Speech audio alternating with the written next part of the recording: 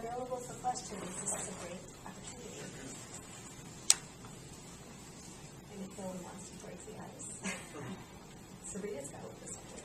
Sean, can you tell me a little bit more about project management in terms of a typical day? And does your typical day represent the field? And you may or may not be able to answer the second part because you may have only had one role in it. But that's what I'd love to hear more about, if you don't mind. Sure.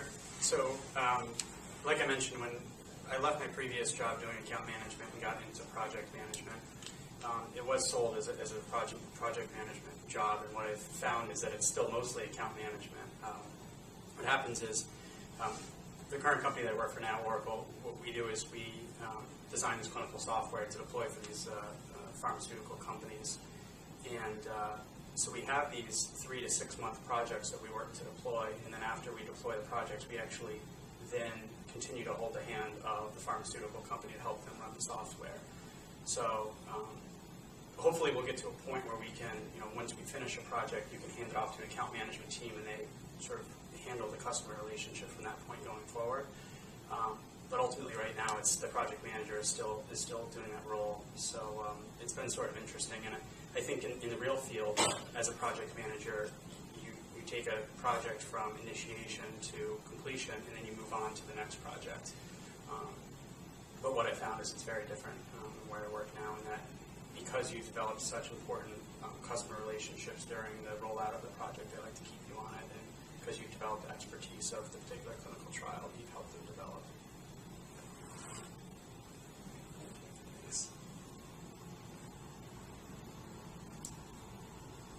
I have a question that's really addressed to Sean and Craig, because I heard Ben raise it as a theme. And that's the question of fit. And you described going to Wellington Management and being aware that it wasn't a good fit for you for reasons that you said a little bit about. But I think this concept of fit is a really key one for sort of long-term happiness, for want of a better word. And I think it's related very much to people's being successful and satisfied by what they do, and in a position where they can continually be motivated and energized by what they do. So I'd be interested in hearing both Sean and Craig comment on their perceptions of fit and how it affected you in your or has affected you so far in your decision making, and in how you think about yourselves and your roles. So I mentioned that I worked at an insurance company and was there for 5 years. There was a reason I was there, but it wasn't necessarily because it was a good fit. It allowed me to accomplish a goal.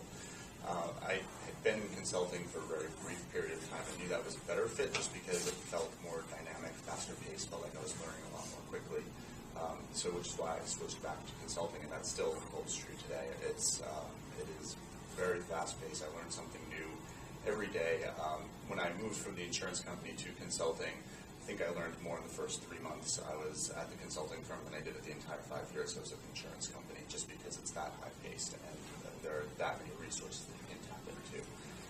We also do a lot of entry-level recruiting for our company across the country. And by the time someone comes in, gets in the door for an interview, and they're maybe in their senior year or junior year of college, and we actually bring them in for an interview, they've been through a phone screen, maybe a couple of other processes. By the time they come in, we're testing them for fit. So I think it's a really good question. We think if you made it into the door for the interview, you're probably capable of doing the job.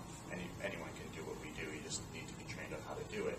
But are you a good fit for the industry? Do you have the understanding of what being a consultant means to you? Do you have the desire to continually grow and learn and develop? So fit's a great question. I think one of the important things to consider with fit is also the size of the company. I mean, you heard the disparity in the size of the organizations that I previously worked for versus Oracle now. To be quite honest, coming out of college, I didn't, because the economy was so difficult in 2003, I'm not sure I had too much luxury with waiting out to find the perfect fit for me.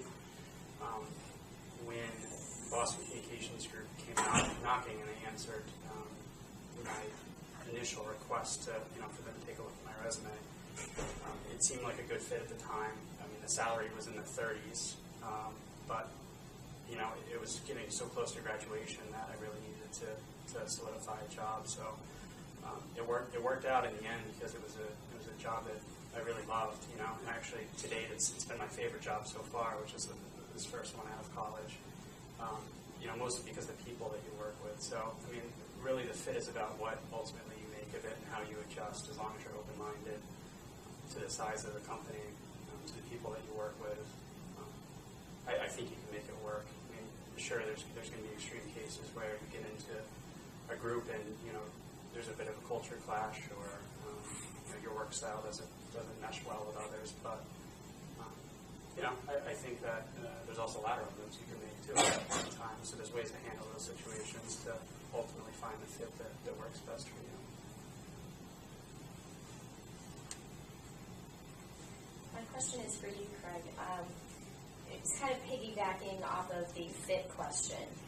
And the experience that I've had in classes about consulting, I often found that different teams have different approaches to how they attack a strategic problem in a case, and how does that kind of play into what you do every day? Is it sort of you develop one team and they push forward on certain different initiatives and that's how things are assigned?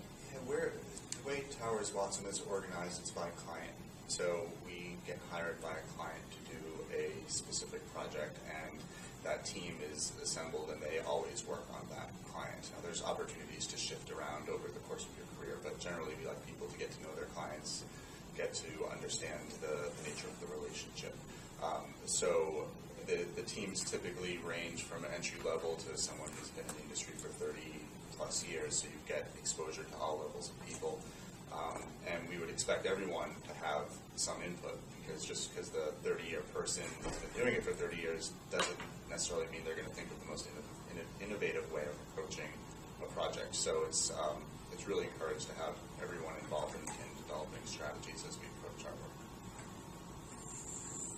Analysis group is actually kind of different in that regard. So the way that projects and work kind of get generated is managing principals, vice presidents will kind of go out and they'll drum up new cases, new projects, and then they'll sort of reach out and find a manager or an associate or someone else to kind of help them manage the workload. And then from there, they'll go out and find however many analysts they need to staff the project and get the work done itself.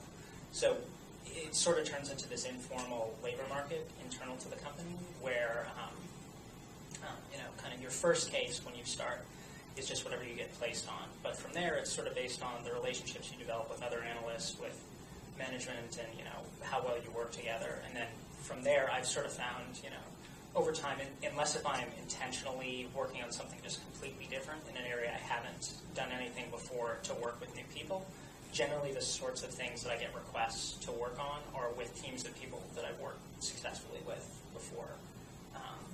So I think, that's one nice thing.